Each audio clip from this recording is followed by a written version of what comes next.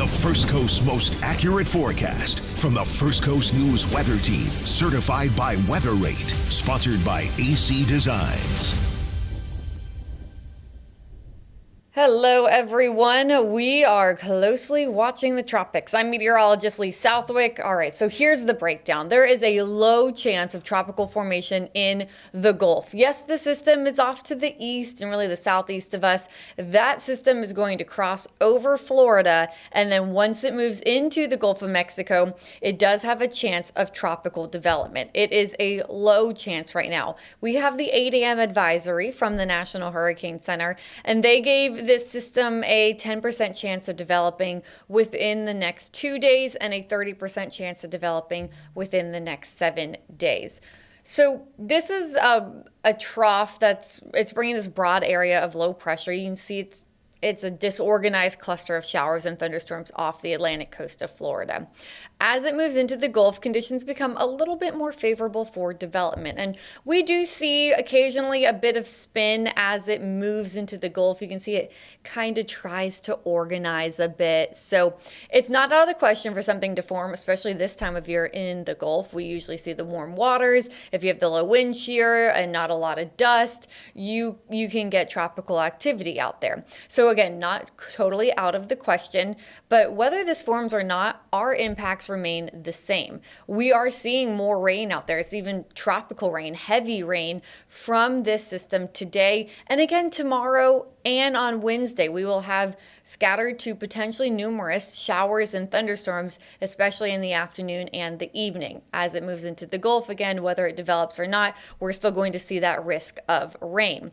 So let's talk about its chance for development. Right now, it's low because models don't have their act together. This is the GFS model, the American model. And notice as we approach Wednesday and Thursday, it shows something trying to form out kind of near the Louisiana coast area, Mississippi, Alabama, but it's very disorganized. So that is not a tropical depression or a tropical storm, but still it shows the heavy rain that will move into portions of the northern Gulf Coast. The European model now, this is very similar.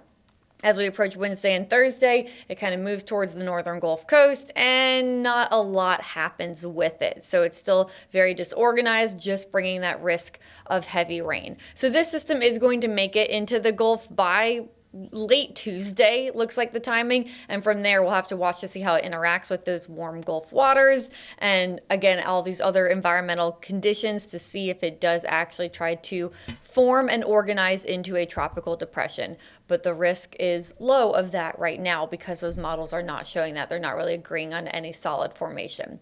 So for us, as mentioned, we're going to have the heavier rain here at times and more thunderstorm activity. Our rainfall over the next 5 days, not too overwhelming. Rainfall totals around 1.5 inches, and the closer you get to the Gulf Coast, the higher those rainfall totals likely will become. Also, as you head south, portions of central and south Florida under a heavy rain risk and a flash flood risk that does extend along the Gulf Coast. So the Big Bend region seeing that, and then the northern Gulf Coast, places like New Orleans to coastal Mississippi, Biloxi, even over towards Mobile and Alabama. And then that will continue towards Pensacola, Panama City Beach, Destin, parts of the Panhandle, right along the Gulf Coast, just depending on where those heavy rain bands move in from this system. So again, for us, we will see some rain, but the flash flood risk really exists along the Gulf Coast and then into central and parts of South Florida. So for us, though, with the more numerous showers and thunderstorms, we will have weather impact alerts in effect from 2 o'clock until 8 o'clock today, tomorrow, and on Wednesday. We will have scattered thunderstorms with heavy rain and the frequent lightning. And we can't press this home enough. If you hear thunder, you have to get to shelter, because if you hear thunder, you're close enough to be struck by lightning. It does not have to be raining for lightning to strike. Lightning can strike up to 10 miles away from a storm system. So please, please, please, if you are outdoors in the coming days, make sure to head inside if you do hear that thunder.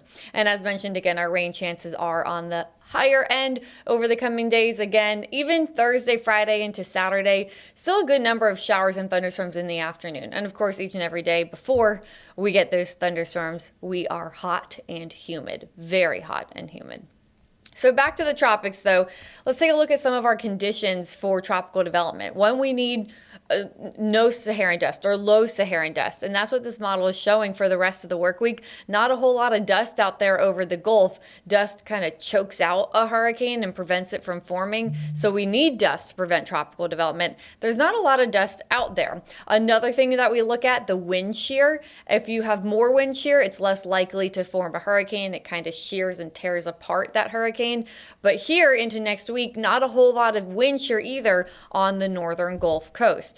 And of course, we need warm waters. Warm water is fuel for tropical systems, and waters are definitely warm enough in the Gulf. Look at that, 88 degrees for a water temperature there, sitting, it looks like near Mobile Bay. So again, plenty of warm water. So if a tropical storm develops, the next name on the list is Dexter. We are not saying it will develop. We're just watching that chance. And again, the National Hurricane Center has that 30% chance of tropical development. So we have had 3 named storms so far. We actually have an update from Colorado State University on their hurricane forecast. Let's go to meteorologist Robert Speta now for more information on that new Colorado State forecast. Colorado State University, which is one of the leaders in long-range tropical cyclone forecasting, has updated their 2025 hurricane season outlook to a slightly lower number, expecting 16 named storms now, 8 hurricanes and 3 major hurricanes. Now, this is slightly lower than what we've seen earlier in the season from their outlook, and there's a few reasons for this. And so basically right now we're seeing stronger than average vertical wind shear over the Caribbean, which limits tropical cyclones as due to that change of wind speed with height, it kind of tilts the storms over and restricts their ability to grow. That's Chandler Jenkins. He's an environmental scientist with CSU. Now, he emphasized to not let the current changes mislead you. We're still kind of expecting an above average hurricane season as the models, long-term models are kind of expecting this kind of vertical wind shear to dissipate as we head into August. And we're still expecting the Atlantic, which is not as warm as it was last year, though it's still above average and still plenty warm enough to get strong tropical cyclones to form. And so yes, still an above average hurricane season in the forecast. But remember, one of the most important notes is this. I want to emphasize the point that it only takes one tropical cyclone in your area to make it kind of an active season. And so always have a plan, kind of, especially if you're in tropical or areas that are prone to these tropical cyclones, and always kind of be ready and listen to the National Hurricane Center and your local authorities. We have more information on this and a look at the full interview at Hurricane Central on firstcoastnews.com. I'm meteorologist Robert Speta. Thank you, Robert. So again, now we are watching for the possibility of our next system to form, but it's only a low chance, 10% chance of something developing within the next 2 days, 30% chance of something developing within the next 7 days. So we're going to watch as this moves across Florida. It will bring rounds of rain across the state of Florida, including here with our weather impact alert today and tomorrow and again on Wednesday. But by late Tuesday, we do expect it to be in the Gulf, and that's when we can start to see this system trying to organize. Right now, models don't really show it organizing. It just shows it being a blob of heavy rain and some gusty winds out there too. But it's something that we are, of course, watching closely because the Gulf can be a beast in the hurricane season and really cause storms to quickly form and strengthen. So we will watch out for that chance of a tropical depression or a tropical storm. And again, if one forms, it looks like it will most likely impact the northern Gulf Coast. That's where it would make landfall, but still bring heavy rain to portions of Florida as well. So low chance, but in the next 7 days, we will watch out for that 30% that did get bumped up today, and we'll see if it moves up anymore. So we will make sure to keep you updated with all of that information. In the meantime, it is July. If you look here on our hurricane frequency graph, we are past July 10th now. We are heading towards August. And once we enter August, things really do start to ramp up. So the season begins June 1st, and so far we've had 3 named storms. The peak of hurricane season is September 10th, but we usually say that you have not the peak, but higher frequency of hurricanes, a more active hurricane season, August, September, and into October. And you can see that here with our hurricane frequency graph. And then, of course, hurricane season doesn't end until November 30th. So meteorologist Robert Speta already talked to you about the new updated forecast from Colorado State University, but he also interviewed the director of the National Hurricane Center for this upcoming season. And let's take a listen to that now. It's the 2025 hurricane season, and the National Hurricane Center has made some changes and improvements to the way warnings are issued and disseminated. This ranging from the size of the cone to the way we collect and distribute data from inside a hurricane. I got to talk to the National Hurricane Center Director, Michael Brennan, about these changes. So here's a look at that full interview. First and foremost thing on top of people's minds, like, as we head into the 2025 hurricane season, let's say I am somebody brand new to the Gulf Coast of Florida. What do you think are just some of the main things that they should, and I know it's a broad question, but you kind of, what are some of the main things that you think they should be ready for, prepare for, they should have in the back of their mind as we head through May and into June? Yeah, you know, for somebody who's moving to a hurricane-prone area the first time, you really have to start out by understanding what your risk is. You know, do you live in an area where you're susceptible to storm surge? That could be on the the coast of Duval County. It could be along the St. Johns River. Or do you live inland and freshwater flooding from heavy rainfall is your biggest threat? Everybody's susceptible to wind impacts and tornado impacts. There's also the threat of rip currents along the coast. So it's really about understanding what the risk is where you live and developing a plan to keep you and your family safe based on that risk. So the most important thing is to find out if you live in a storm surge evacuation zone, because if you do, you could be asked by local officials to leave your home. You need to have a plan for how you're going to leave, how you're going to go, where you're going to go, how you're going to get there. And it's important to remind people that you don't always have to drive hundreds of miles or out of the state of Florida to get to a safe place in advance of a hurricane. You really just need to drive out of that storm surge evacuation zone and get to a safe place, a shelter, the home of a friend or loved one, where you can safely ride out the storm. And that might only mean driving 10 or 20 miles inland away from that storm surge threat to get to a safe place. And the other thing is, again, identify your home structural risks. Are you in a mobile home where you might be asked to leave even for a tropical storm? Are you in a flood-prone area that might need to be evacuated near a creek or a stream? And then finally, you want to think about supply kit. You want to have a disaster supply kit handy, not just for tropical storms and hurricanes, but for any other emergency, multiple days of food, water, batteries, medicine, charging devices for your phone, and just ways that your equipment and supplies that you're going to need to be self-sufficient for several days in the aftermath of a storm where you might not have power. And to kind of carry off of what you were just talking about, you know, as far as getting prepared, especially if a storm is right on your doorstep. I know last year we started with the experimented cone graphics, and this year you're carrying on them again. Is there any changes from last year? And could you talk about maybe some lessons learned from last year, especially since we did have multiple storms that had impacts well inland? Yeah, you're right. The experimental cone, this is an example of it from Milton last year. We rolled that out in August, so it was around during Helene and Milton in particular, two of the more impactful hurricanes we had, both of which made landfall in Florida. So the experimental cone shows the extent of tropical storm and hurricane watches and warnings over inland areas. And you can see that in this case, almost the entire Florida peninsula was under some type of tropical storm or hurricane watch or warning. And again, showing that wind risk extends well outside the cone itself, which only tells you about where the center of the storm might go. You can see that Milton was a pretty big storm by the time it got to the Florida peninsula. It brought those impacts over a wide area.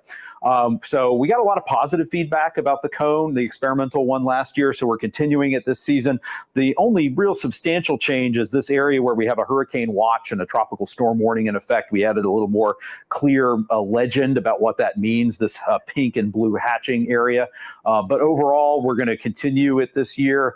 Have it available on hurricanes.gov, continue to gather comments and feedback and decide how to make any additional changes or whether to make it operational after the 2025 hurricane season. And I guess to even carry and build on top of that, because another thing that I noticed in our press release here was that the cone is getting smaller. So Yeah. can you just touch on, I think most people understand that means, the forecast is getting more accurate, but can you just Yeah. touch on kind of what goes into the cone of air and to kind of build even more on top of that with a smaller cone. What do you think are some of the forecasts? Because I've seen this personally, the forecast challenges that go with a smaller cone of air and communicating to the broader public. Yeah, so the cone really represents the likely path of the center of the storm. So this is the forecast for Milton here across the Gulf and across Florida and in the Western Atlantic. And these dots represent our official forecast of where we expect the center to be. And then the cone tells you where the center will be about 2/3 of the time. But it's based on our track forecast errors over the previous 5 years. So we had a pretty successful year for forecasting track in 2024. We set record low errors on average. So as those numbers come into the calculation and we drop off the earlier year, the cone is going to be about 5% smaller. So really not a huge change, probably wouldn't even be really perceptible to most people. But it does indicate that on average, track forecast errors are a lot smaller than they were, say 20 years ago. If you look back at a cone from 2005, it's going to be much, much bigger. It'd probably cover most of the state of Florida. But that does create a messaging challenge in the fact that, people need to realize that the cone just tells you where the center is going to be, likely. It doesn't tell you where the impacts are going to be. So the cone is just sort of a broad scale look at where the center of the tropical storm or hurricane is forecast or is likely to be. The watches and warnings and the other information for wind and storm surge, flooding, tornadoes tell you about the hazards. It would be really difficult, if not impossible, to indicate all that hazard information on a single graphic. So that's why we have different graphics that convey those different hazards and what those risks are. And speaking of graphics and hazards, that really builds right into my next question, because, and this is actually a question not only for the general public, but also for me, the broadcaster. From your experience, because I could show somebody a satellite picture all day, and the big storms, people more or less ooh at it. They go, ooh, it's pretty. It doesn't translate to on the ground. So what do you think it's some of the most important things as broadcasters we should be doing to help relay some of that vital information? Because the cone is great, but, the Safford-Simpson scale, but I don't think sometimes that translates to storm surge. So I'll let you take it away, because I assume I'm kind of going with this, but it's a hard time sometimes relaying some of that vital information. Yeah, the focus really needs to be on the hazards. And a lot of times those are covered by watches and warnings, like the wind ones you see here, the storm surge watches and warnings that highlight areas at risk for life-threatening storm surge inundation, flood watches and warnings, tornado watches and warnings. So again, because those hazards really vary in time and space during a storm, you have to focus on those hazards individually, but then also, collectively for the entire storm, for everybody, say in your viewing area, which includes people at the coast, people inland. They have different risks. So people need to understand what their risks are and really seek out the information that's related to what their risk profile is, or where they live, or where their business is located, to make sure they can get that vital information. The good news is that we can push information to people too. When we issue a storm surge or hurricane warning, that triggers a wireless emergency alert on people's cell phones based on where they're located. So if the warning is in effect for your area, you're going to get notified of that. People need to find their trusted sources of information, their broadcast meteorologist that they watch every day, who's going to be able to help guide them through the information that's coming out during a storm, which can be somewhat overwhelming at times, because there is a lot of information, not just coming from the National Hurricane Center or your local National Weather Service office, but in the larger sort of media ecosystem that includes not just traditional media, but social media. So it's important for people to have those trusted sources of information, find them now so that they're not looking for them during a storm. And I'll jump into this question here, as I heard you mention the different ways things are getting pushed and social media, and you kind of already answered it, but just kind of ask in a broader scope. You started what, in 2008 or late 2000s, right, at the NHC? What do you think from your perspective as relaying that information and the public's perspective is the biggest change in the way they get the information about hurricanes? But not only that, the way they kind of process it. For example, I know evacuations used to be a lot broader back then. Now it's a lot more concise. So just from your perspective, what do you think in the last almost 20 years has been the biggest change? Yeah, I think, well, the way people consume information is rapidly changing. You live this every day. You're in traditional media, and there's still a lot of people that, especially in an emergency like a hurricane, turn on the television and watch their local television stations to get information. So we still try to get information to them through the media pool, through the broadcast meteorology community. But we also know people consume information on their phones. Some people don't ever watch television anymore. They have apps, they have social media. So we're trying to push information out through places like live streams and other social media platforms, short videos, to, again, we're not going to get we're not going to be able to provide someone every piece of information they need about a hurricane in a 1-minute reel that we're going to post on Instagram, but we can at least raise awareness and then encourage them to go seek out information through some other channel by coming to our website, looking to their local media, connecting with their local government officials. So it's a way to try to reach people where they are and then try to point them to places where they can get more comprehensive information. So again, you're right, we can provide a lot more detail now. You go back to when I started here at NHC in 2008, we didn't have a watch or warning for storm surge. We weren't able to highlight those areas specifically at risk of life-threatening inundation. Now we can, and as you mentioned, evacuation zones have become a lot more refined. It's not just a whole big chunk of a county. Now it might just be one small piece of a barrier island or an area along the St. Johns River. So as information has gotten more precise, in some ways it's become a little more difficult for people to consume and understand. So we just have to keep making sure that we can get our voice out there with the authoritative information, and that across sort of the weather and hurricane enterprise, we amplify those sources of authoritative information, whether it's coming from us in the National Weather Service or from state and local government officials that are telling people where to evacuate and how to get ready for an event. Thank you. And one other question I had here is almost on the line of improving technology, is that nowadays we have drones coming in off of planes. We have the sail drone out there. How are these new different recon and areas of technology improving your forecast? Yeah, a lot of it goes back to the data from the Hurricane Hunter aircraft. So for example, you can look, here's a radar picture from one of the NOAA Hurricane Hunters flying through the storm out over the ocean where we don't have radar data. All of the ground-based radars are on land. So this is getting us data here that's giving us a view of what the storm looks like from the inside for our forecasters to look at. But this radar data, the precipitations, the structure, the wind field, is all getting into the forecast models that help us predict the track and the intensity of a storm, which then directly plays into where the storm surge is going to be, the heavy rainfall, the wind. So all the aircraft reconnaissance data that come from the Hurricane Hunters going into the models improve those track and intensity forecasts by about 10 to 20%. And that's really been a big change in recent years. And it's also helped us to improve our forecast of rapidly intensifying storms. And if you look back at, say the storms from 2024, we had Helene and Milton in particular that both underwent rapid intensification before landfall.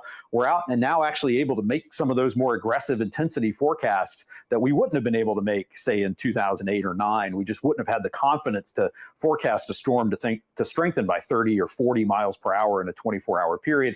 Now we are able to issue those more aggressive forecasts, which get us into the right expectation for setting the level of what types of hazards people might have to be dealing with the storm. Wow. Thank you, Michael. One last question. Is if there's anything I haven't may have mentioned here for you that you think that heading into the 2025 hurricane season that people absolutely should be at least aware of as we get ready for this upcoming tropical year? Well, that it doesn't take a hurricane or a major hurricane affecting your area directly to cause substantial life-threatening impacts, especially from freshwater flooding, from heavy rainfall. Has almost nothing to do with how strong a storm is from a wind perspective. A tropical depression, a weak tropical storm can produce life-threatening flooding. And that's been the biggest killer in the United States in tropical storms and hurricanes over the last 10 or so years. It just matters how hard it rains and how long it rains in a particular location. And the other thing I'll touch on is just post-storm safety. We've seen a substantial number of post-storm fatalities in recent years in tropical storms and hurricanes, especially after major hurricanes. When you have long duration power outages, you think about the aftermath of a hurricane in Florida in August or September with no power. It's going to be really hot. People aren't going to have air conditioning.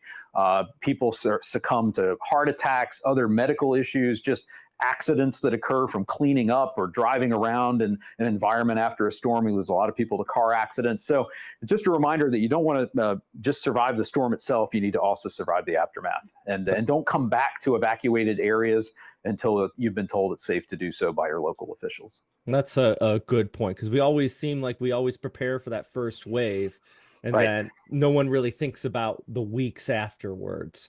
So really good point there, Mike. Well, thank you very much for taking the time to talk with me here. Dr. Brennan from the National Hurricane Center. I know you got a busy day, so I'll let you get about it. But yeah, thank you so much for taking and answering a couple of my questions. I really appreciate it. Great to talk to you. Thanks. Thanks. And First Coast News FCN Plus, as well as any severe weather or special weather coverage as well. I'm meteorologist Robert Spetta, First Coast News, on your side.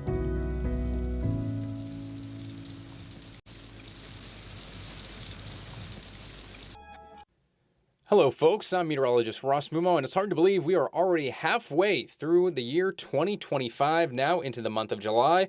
Let's take a quick look at what some of our averages are for the month of July, specifically here in the Jacksonville area. Typically start off the month in the low 90s with an average high of 91 and an average low of 73.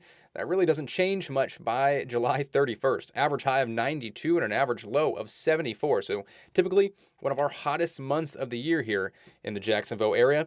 Our average rainfall ends up